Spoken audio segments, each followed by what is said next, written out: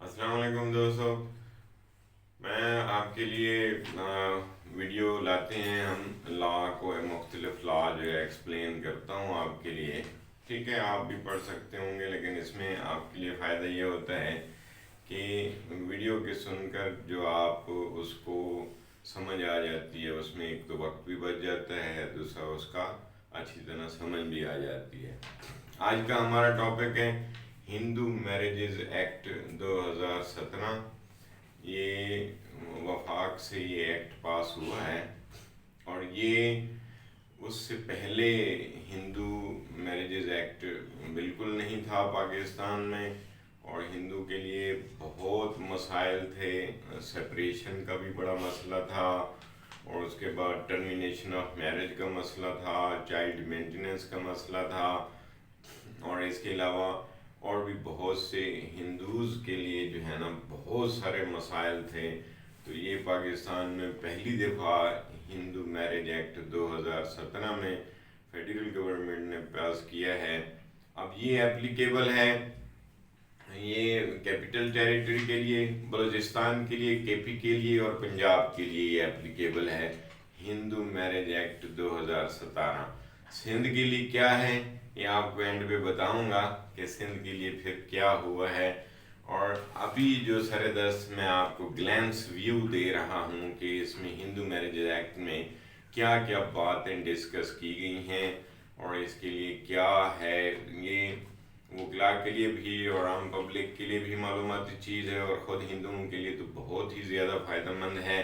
تو آئیے اس کو گلینس ویو لیتے ہیں. تو ہندو میرجز ایکٹ میں یہاں جو ایکسٹینڈ ٹو کہا گیا ہے، یعنی جو کس پہ یہ اپلیکیبل، یعنی کہاں کہاں اس کے علاقے کے لیے، تو میں آپ سے عرض کر چکا ہوں کہ یہ کیپٹل ٹیریٹری کے لیے، بلوچستان اور کے پی کے اور پنجاب کے لیے ہندو میرج ایکٹ 2017 اپلیکیبل ہے.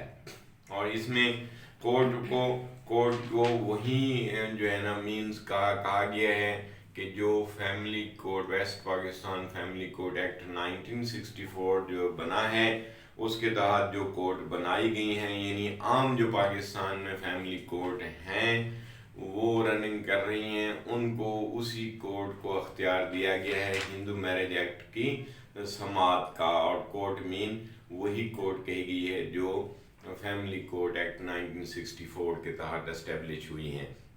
یعنی ہندو میرجز ایکٹ کا جتنے بھی کیسز ہوں گے یہ سارے اسی کورٹ میں فائل ہوں گے، اور وہی ڈیسائیڈ کرے گی.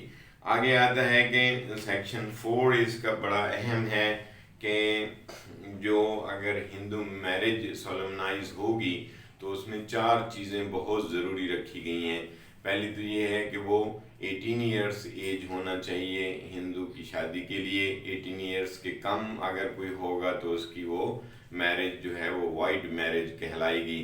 اور اس میں جو ساؤنڈ مائنڈ بھی ہونا ضروری ہے. سیکشن 4A میں جو بات کی گئی ہے کہ ساؤنڈ مائنڈ ہو، B میں 18 ایئرس ایج ہو، اور پروہیبیٹڈ ریلیشنس نہ ہوں. پروہیبیٹڈ ریلیشن سے مراد یہ ہوتا ہے کہ جیسے کوئی بہن سے شادی نہیں کر سکتا، کوئی اس طرح پروہیبیشن جو ہے پروہیبیٹڈ ریلیشن سے ہوں تو ان سے میرج نہیں ہو سکتی. یہ ہندو میرج ایکٹ میں یہ کہا گیا. اور چوتھی چیز جو ہے کہ کوئی بھی پارٹی کا اگر لیونگ سپاؤز ہو، یعنی اگر ہسبینڈ ہے، اس کی آلریڈی کوئی وائف ہے تو اس کی شادی نہیں ہو سکتی. اس طرح وائف ہے اور اس کی آلریڈی ہسبینڈ ہے تو پھر اس کی شادی نہیں ہو سکتی دوسری، سمجھ لیں. تو یعنی یہاں پہ سیکشن 4 میں اس کو منع کیا گیا ہے کہ ان کو جو شادی سیکشن 4 سب سیکشن جو اس کا ڈی کلاس میں یہ بات دی گئی ہے کہ جو آلریڈی اگر میرج ہوگا لیونگ ان کا کوئی ہسبینڈ یا وائف، تو پھر جو ہے نا اس کی سیکنڈ میرج نہیں ہو سکتی without the termination of the first wife. ہاں البتہ اس میں ایک پرووائڈڈ ڈیٹ کہا گیا ہے کہ اگر ایک عورت کے بچے پیدا نہیں ہوتے اور وہ بچے میڈیکلی طور پر بھی اس کو انفٹ قرار دیا گیا ہے کہ وہ بچے پیدا نہیں کر سکتی، تو البتہ اس میں پروویزو دی گئی ہے کہ پھر